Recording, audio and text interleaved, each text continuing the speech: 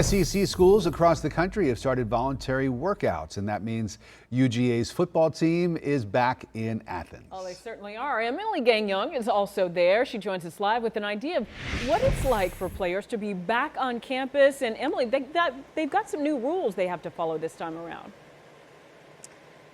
Yeah, Tracy, there's a ton of rules, a ton of protocols for the players' safety. I will say it's evident right away when they walk into the building. They have to have a mask on. When they walk through the building, that mask has to stay on.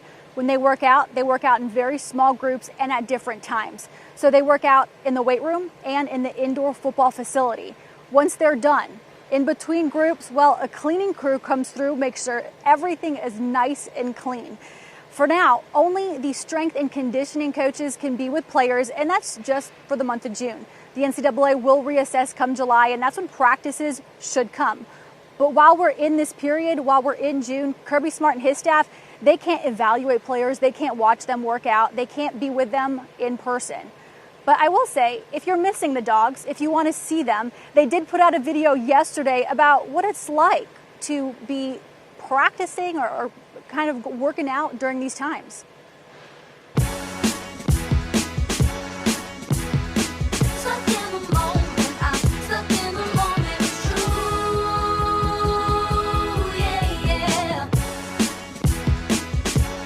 Workout looks in there, gloves. You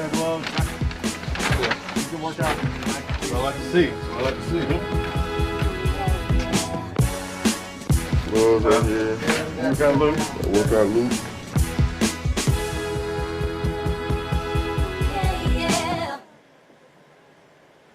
Players with masks on, Kirby Smart with a mask on. So that's kind of how it's going to be now for a while. I will say, since I told you what Kirby couldn't do along with his staff, let me tell you what him and his staff can do. They meet with players for 8 hours a week, virtually only.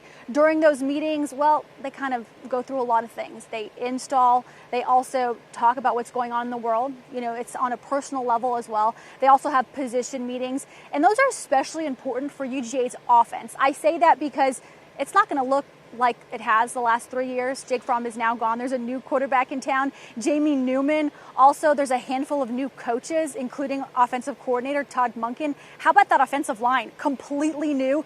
So that offense has a lot of work to do, and kind of like in a short amount of time.